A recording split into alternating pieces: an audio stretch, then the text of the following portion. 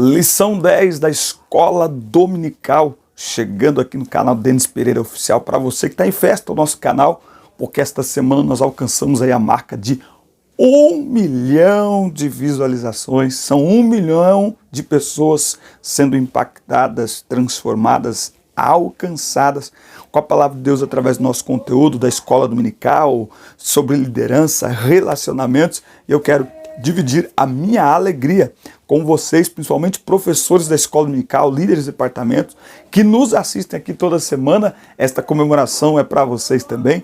Que Deus continue abençoando e que vocês continuem conosco por aqui, se inscrevendo no canal. Se você ainda não está inscrito, faça parte. Nós estamos chegando a quase 20 mil inscritos, e aí a comemoração vai ser dupla, tá certo? Faça parte de uma comunidade já de quase 20 mil pessoas inscritas e que semanalmente são alcançadas através do nosso conteúdo.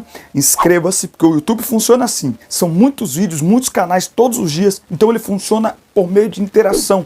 Quanto mais interação no canal, mais ele divulga esse canal. Ele não divulga para todo mundo, ele divulga quando há interação de quem assiste. Então é importante você assistir o vídeo, é importante você clicar no joinha, é muito importante você se inscrever no canal e ativar as notificações para ser avisado todas as vezes que eu postar um vídeo novo por aqui. Comenta também o vídeo, fale da aula, como está a situação aí na sua cidade. Está em lockdown? Eu estou falando aqui de Campinas, São Paulo. Aqui está em lockdown, tudo fechado, os cultos agora só online, tá certo? Fale para nós nos comentários. Essa interatividade nos aproxima e também mostra a relevância do nosso conteúdo para o YouTube, e o YouTube divulga para muito mais pessoas. Eu conto com vocês. Estamos então chegando aqui com a lição 10 para a Escola Dominical. Você sabe que aqui nós temos as aulas, as videoaulas para as classes de jovens, juvenis, adolescentes e adultos. Por isso é muito importante você compartilhar no WhatsApp, no Telegram, no Facebook.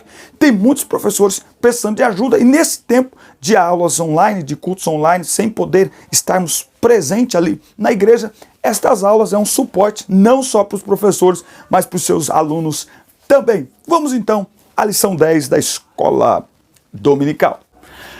Muito bem, chegando então com a lição 10 da classe de juvenis.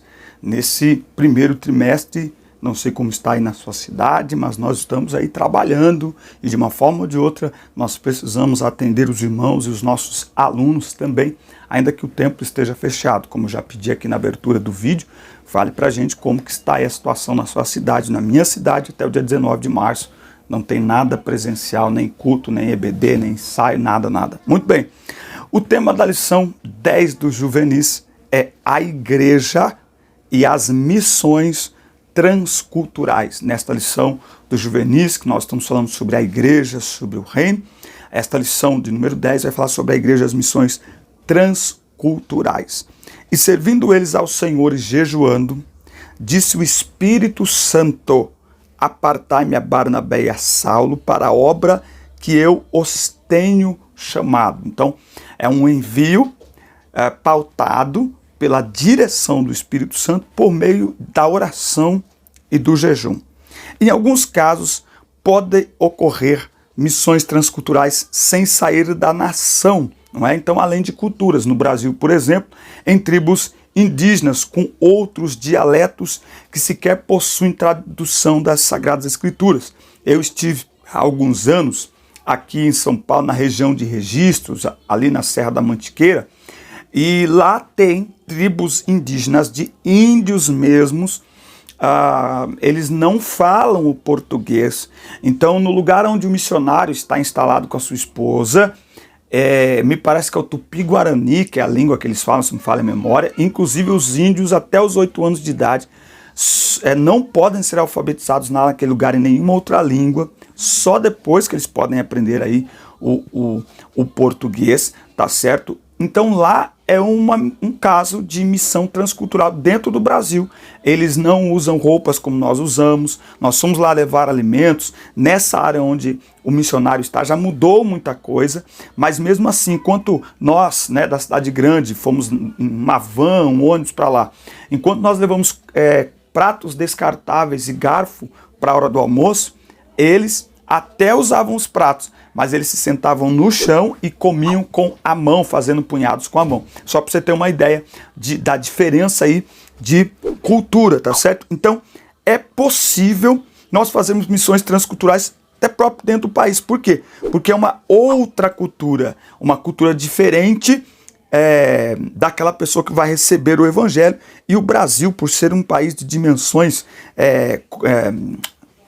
muito grandes, existem muitas culturas dentro do próprio país. Bom, tópico 1, enviados às nações. Jesus determinou que o evangelho fosse pregado na Judéia, Samaria e até os confins da terra, não é? Então é do micro para o macro. Começa aqui e vai expandindo, vai alargando. Após os discípulos serem revestidos de poder e capacitados pelo Espírito Santo, veio uma grande perseguição que os obrigou a se espalharem. Eles até então estavam fixados ali em Jerusalém. Então a perseguição provocou a dispersão. E quando você vai estudar a história da igreja, você vai perceber o impacto que esse movimento teve, porque fez o evangelho avançar, porque para onde quer que as pessoas iam, elas anunciavam a mensagem do evangelho. Mas as pessoas não tinham visão de que aquilo estava acontecendo naquele momento, não é? A igreja despertou-se para o fato de que precisava expandir para outros territórios as estacas, as tendas, não é, do evangelho, após a conversão de Cornélio. Até a conversão de Cornélio, lá em Atos 10, havia uma certa cisma. Será que o evangelho é para os gentios também? Não é? Tanto que quando Pedro volta a Jerusalém, ele tem que explicar, e o argumento de Pedro é o seguinte: como podemos impedir que aqueles que receberam o batismo no Espírito Santo conheçam o evangelho e sejam batizados em nome do Senhor Jesus? Então, a partir daí, com o testemunho de Pedro e dos que estavam com ele, a igreja então percebeu: se o Espírito Santo está sendo derramado sobre os gentios, então o evangelho é para os gentios também, não é? Pedro teve diversas situações como essa, né? Logo nesse episódio de Cornélio, quando Pedro é chamado, não é? Ele reluta com Deus na visão que ele tem lá daquele lençol segurado pelas 4 pontas e com diversos animais ali dentro. Ele reluta, porque para Pedro muitos daqueles animais, daqueles alimentos que estavam ali eram imundos, e Deus estava começando a mostrar para Pedro, a clarear a mentalidade de Pedro de que o evangelho era para todos. Nós não podemos tornar imundo aquilo que Deus purificou. O evangelho é para todos, não é? Mas Pedro só vai entender isso depois que ele presencia o derramamento do Espírito Santo na casa de Cornélio. E aí a conclusão é: na verdade, até os gentios, Deus deu o arrependimento para a vida, não é? Então o evangelho, ele vai além de qualquer barreira cultural. O evangelho alcança qualquer lugar, qualquer localidade, aonde quer que o evangelho seja, como nós podemos dizer, seja solicitado, seja pregado, aonde quer que ele seja pregado, o evangelho está à disposição de todos aqueles que querem crer em nome do Senhor Jesus. A igreja em Antioquia foi a primeira a realizar missões transculturais ao anunciar o evangelho aos gentios, porque a população ali daquela cidade era muito cosmopolita, né? Isso refletia até mesmo na liderança eclesiástica, que tinha profetas, mestres que moravam na cidade, mas de naturalidades diferentes, não é? Então, este grupo de pessoas mostrava, sinalizava a diversidade étnica e cultural de Antioquia e da própria igreja. E foi lá em Antioquia que a igreja enviou os primeiros missionários transculturais, Paulo e Barnabé, por meio da oração e do jejum, não é? Para uma obra específica, que nós vamos entender que obra é essa que Deus tinha na vida de Paulo e Barnabé e que o Espírito Santo os havia separado. Era levar a mensagem do evangelho aos gentios. Lendo o livro de Atos, dando a história da igreja, nós percebemos que o ministério de Pedro é focado em Jerusalém, nos judeus, mas o de Paulo é focado nos gentios. Eles já tinham convicção no chamado de Deus, não é? Agora, a igreja envia eles, impondo sobre eles as mãos. Todos nós somos chamados por Deus, mas não há ninguém que seja enviado sem ser enviado por uma autoridade que está sobre a vida dele. Muito bem, é a sua vocação? Ser vocacionado para missões transculturais é um dos pré-requisitos básicos para o êxito neste trabalho. Uma pessoa que não tem vocação está fadada ao fracasso, não é? Agora, como saber se a gente tem vocação ou não? Ou seja, fazer missões transculturais não é porque alguém achou legal, porque alguém achou interessante. Não. É preciso ter o chamado, é preciso ter a vocação. E como saber isso? Preparo intelectual. A evangelização, particularmente entre culturas diferentes, deve ser realizada por pessoas com um preparo especial, que possuam conhecimento teológico, comunicação transcultural, técnicas pastorais. Conhecer a cultura do povo qual irá evangelizar é fundamental para o sucesso do missionário. Então, por exemplo, como eu disse aqui no início do vídeo, nessa tribo que nós fomos, aqui no estado de São Paulo, aqui na região de Registro, por exemplo, quando o missionário chegou lá, para ele conseguir se aproximar, ele tinha que pegar, por exemplo, cestas básicas e levar até uma certa área distante da entrada do território da tribo, e ele ficava de longe vendo os índios pegarem aquele alimento. E assim ele foi chegando lá. Por exemplo, nessas tribos, as que ainda não têm conhecimento do evangelho, por exemplo, eles consideram sinal de maldição qualquer criança que nasça com defeito físico e tem o hábito de enterrá-la, muitas vezes ainda com vida. Quando nós estivemos lá, tinha um índio albino e o missionário disse para nós, olha, esse índiozinho não foi enterrado logo no seu nascimento por causa da influência do evangelho aqui nesse lugar. Então os índios estão mudando o seu jeito de pensar por causa da influência do evangelho, mas a cultura deles é essa. O jeito de comer é muito interessante, porque eles eles não se vestem como nós, na maioria das vezes, mas nós estávamos lá, na segunda viagem, nós chegamos lá e estava chovendo. Na hora do almoço, eles saíam do meio do mato, eles moram no meio do mato mesmo, por incrível que pareça, estado de São Paulo. E eles saíam do meio do mato, vestidos com aquelas roupas típicas deles, né, praticamente seminus para o nosso ideário, porém com o carregador de celular pendurado no pescoço, porque nesta localidade onde o evangelho chegou, melhorias já chegaram, a prefeitura já levou água, já levou principalmente energia elétrica. Então é preciso entender a cultura daquela pessoa para quem você vai evangelizar, daquela localidade, daquele país. É preciso ter uma consciência da responsabilidade. É importante que o missionário tenha consciência daquilo que o Senhor requer para tal obra. Tenha conhecimento da realidade do trabalho que irá desenvolver e confirmação do Espírito Santo para seguir rumo à experiência prática. Isso significa ter sensibilidade à sua voz, intimidade com Ele para conhecer o propósito de Deus para a sua vida, deixando de lado preconceitos, tradicionalismos que podem prejudicar o desenvolvimento da obra. Eu escutei o testemunho de um missionário aqui no nosso Templo Central em Campinas, que ele foi fazer missões no Havaí. E o primeiro culto, quando ele lá chegou, um pastor tradicional, assembleano, pentecostal, o primeiro culto que ele chegou de terno, gravata, sapato.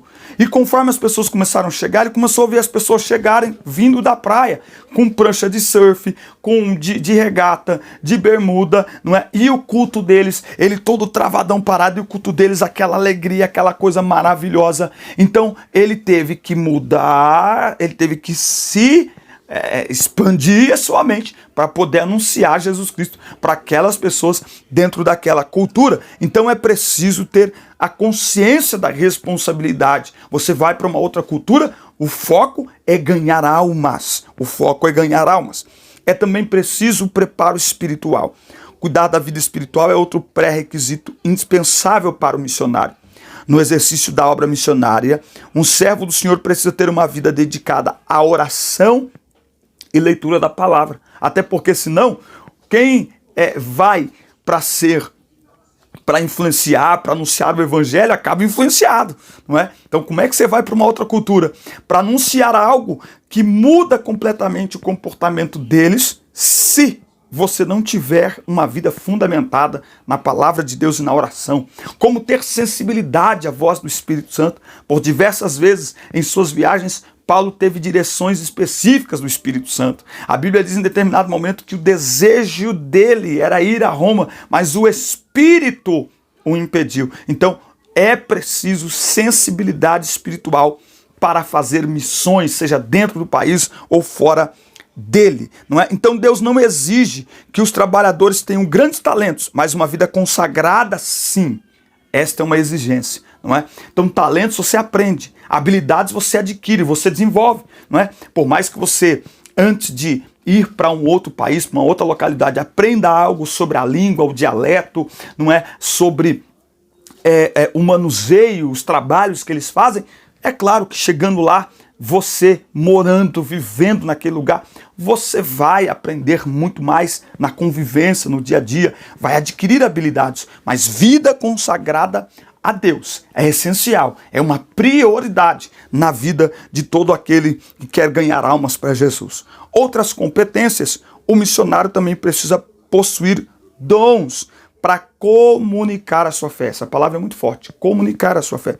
A comunicação da mensagem do Evangelho não pode, de forma alguma, ser apenas em palavras e ideias, mas em atitudes e experiências. Ele deve possuir aptidão para pregar a palavra, não somente nas atividades da igreja, mas também no dia a dia, no trabalho, no lar, no casamento, entre amigos. Quando você vai ver o livro Heróis da Fé, faz algum tempo já que eu li esse livro, mas uma das histórias que mais me chama a atenção é a de Dave Livingstone. Dave Livingstone, para você ter uma ideia, se não falha a memória, em inglês, um dos poucos homens que o seu corpo foi sepultado na África, mas o seu coração voltou para a Inglaterra e foi sepultado, se não me falha a memória, na abadia de Westminster, que é uma honraria extraordinária concedida pela coroa a pessoas extraordinárias. E a grande contribuição de David Livingstone era como arqueólogo. Ele descobriu nascentes de diversos rios na África. Ele se tornou uma referência mundial na descoberta de rios e de nascentes de rios na África, tá certo? Então, olha a contribuição que ele deu. Ele levou o evangelho, sim, mas ele ganhou respeito por outras habilidades que ele tinha e que manifestou naquele lugar a serviço do reino e a serviço das pessoas. Também, um missionário deve ter persistência. Algumas sementes levam anos e anos para frutificar. Um missionário, muitas vezes ele vai pregar 10, 20 anos e ninguém vai aceitar a Jesus, não é? Eu estava conversando com uma pessoa, ela falou assim, por exemplo, na Espanha, se você começar a gritar no meio da rua sobre Jesus, as pessoas não vão dar a mínima para você. Sabe como é que você ganha alguém na Europa para Jesus, na Espanha, naqueles países? Como que você ganha? Com a sua vida. Eles ficam olhando para você, eles ficam prestando atenção no teu comportamento, e a consistência do teu comportamento é que faz as pessoas olhar e querer conhecer o que causa esse efeito, o que leva esta pessoa a ter este comportamento transformado, não é? Então, é preciso que o missionário tenha amor pela obra e paixão pelas almas. Sem isso é impossível tornar-se um missionário transcultural de verdade. Então, o coração de um missionário deve arder por almas. Os desafios deste chamado. Realizar missões transculturais é um grande desafio para a igreja na atualidade. Basta analisarmos que temos cerca de 7,2 bilhões de pessoas no mundo e quase 12 mil grupos étnicos. Além dos milhares de dialetos existentes, ainda sem uma tradução da Bíblia, não é? Então, por exemplo, se hoje alguém quiser fazer algum trabalho extraordinário para a humanidade, verifique um dialeto no qual a Bíblia ainda não foi traduzida e traduza, pelo menos o Novo Testamento. Será um grande trabalho missionário, inclusive, que pode ser feito, por exemplo, a partir do Brasil, sei lá, o mandarim. Existe a Bíblia, já foi traduzida para o mandarim, enfim, outras línguas, outros dialetos do próprio Brasil. Uma pessoa, um estudante, pode se especializar naquela língua e traduzir a Bíblia para aquela língua. Meu Deus do céu, isso será uma contribuição extraordinária para aquele lugar e para o Evangelho. A região menos evangelizada do mundo, por exemplo, a chamada janela 1040, que tem os 62 países que formam um retângulo, né, de 10 por 40 na linha do Equador, do Equador, é onde as religiões muçulmana, que é a religião que mais cresce no mundo, tá? Principalmente agora com as imigrações internacionais acontecendo. Então o islamismo se espalhou por todo o mundo, tá certo? E aí veja que nesse ambiente, tá? Inclusive uma coisa muito interessante para você indicar para os seus alunos e para você professor também, é dar uma avaliada e uma analisada, uma pesquisada no canal, no canal também, mas no site Portas Abertas. Lá tem todas as informações sobre cada um destes países. A Coreia do Norte está há mais de 12, acho que já ultrapassou os 15 anos como o primeiro país, é o recorde mundial, é o primeiro no ranking dos países mais fechados para o evangelho. O choque cultural, falta de conhecimento e cosmovisão dos missionários também têm sido obstáculos a serem superados. O que é cosmovisão? É um termo para mostrar a forma como nós enxergamos o mundo, não é? É uma forma usada, é um termo usado para definir de forma singela a visão de mundo de cada grupo social ou indivíduo. Culturalmente, cada povo ou mesmo cada pessoa tem uma maneira diferente de enxergar o mundo e se relacionar com ele, não é? Então, eu enxergo o mundo por aquilo que eu fui criado, pela criação que eu tive e, portanto, por tudo aquilo que eu aprendi com os meus pais, com a família e com o mundo de então. Agora você imagina o que é você ir para um outro lugar, onde a visão de mundo de todas aquelas pessoas são completamente diferentes da minha, não é? Então, de acordo com a nossa formação familiar, passamos a conhecer o mundo e atribuir valores a determinados gestos, hábitos, cheiros, sabores, comportamentos, expressões. Então, nós somos treinados para ver o mundo de acordo com o nosso contexto social, não é? Então, por exemplo, é interessante conhecer a cosmovisão do povo que se procura alcançar, para não haver um choque cultural. Então, por exemplo, nós estamos agora em tempo de pandemia, isolamento social, mas o brasileiro é normal se encontrar, dar dois beijinhos no rosto, abraçar, tocar, tal. O americano não. O americano não. O brasileiro, é normal chegar na casa de uma pessoa, ir lá ficar e conversar e tomar um café. Principalmente o mineiro, né? O americano não. É diferente. Então, se você não souber isso, brasileiros, por exemplo, que saem do Brasil e vão para os Estados Unidos para trabalhar, há um choque cultural. Muitos não conseguem ficar por causa do choque cultural. Agora você imagina você está ali para ganhar aquela pessoa para Jesus. Então, ó, pontualidade, tem algumas coisas aqui, pontualidade. Se um brasileiro agenda um encontro de negócios às 9 chega às 10, ele entenderia como atraso e descaso. Agora, para o árabe, quem chega no horário é servo. O servo tem que chegar no horário. Por isso, se ele vai a uma reunião de negócios, só chegará entre 45 minutos a 1h15 depois do combinado propositalmente. Olha que coisa. Para o brasileiro, se você chegar atrasado, você não tem compromisso com aquele horário, com aquela pessoa. É um descaso de sua parte. Agora, no mundo árabe, quando é marcado um encontro, uma reunião, enfim, quem chega no horário é o servo, né? É mais ou menos assim. Vamos supor que é uma reunião de vendas. Então, o vendedor vai chegar às 10 horas, marcou às 10, o vendedor chega às 10. Quem chega depois? O comprador, quem tem o dinheiro. Não é? Então, o servo chega no horário. O patrão, o chefe, o dono chega atrasado propositalmente. Dentro da cultura deles, ele não está atrasado. Faz parte da cultura deles. Cumprimento. Diferentes povos possuem diversas maneiras de se cumprimentar. Aperto de mão, abraço, beijo, alguns curvando-se, não é? Como é o caso do cumprimento cultural no Japão, considerado uma demonstração de respeito tão importante que eles fazem esse gesto até quando falam ao telefone. A simples falta de conhecimento da forma de saudar alguém em determinada cultura pode causar constrangimentos ou até problemas sérios, caso considerem um desrespeito ou, dependendo do povo, até mesmo uma infração.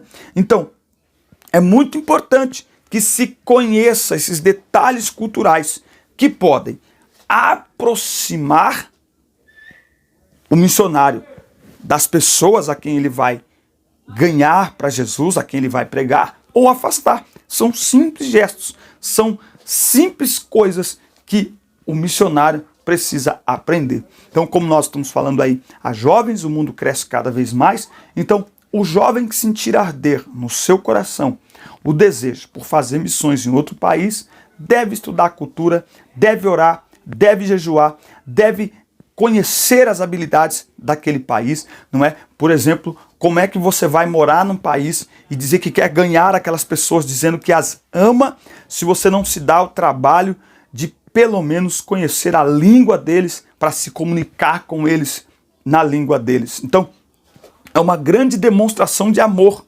Abre muitas portas quando você vai falar com alguém numa linguagem que ela entende, e nada melhor que seja na língua dela. Claro que há casos, que há exceções, não é? No passado, muita coisa foi feita, porém, nós hoje temos a oportunidade e as ferramentas para nos prepararmos cada vez mais e melhor para atendermos o chamado do Senhor com eficiência. Amém? Essa foi a lição 10 da classe de juvenis. Assista, curta, compartilhe, inscreva-se no canal e até o próximo domingo. Oremos pelo Brasil. Deus abençoe.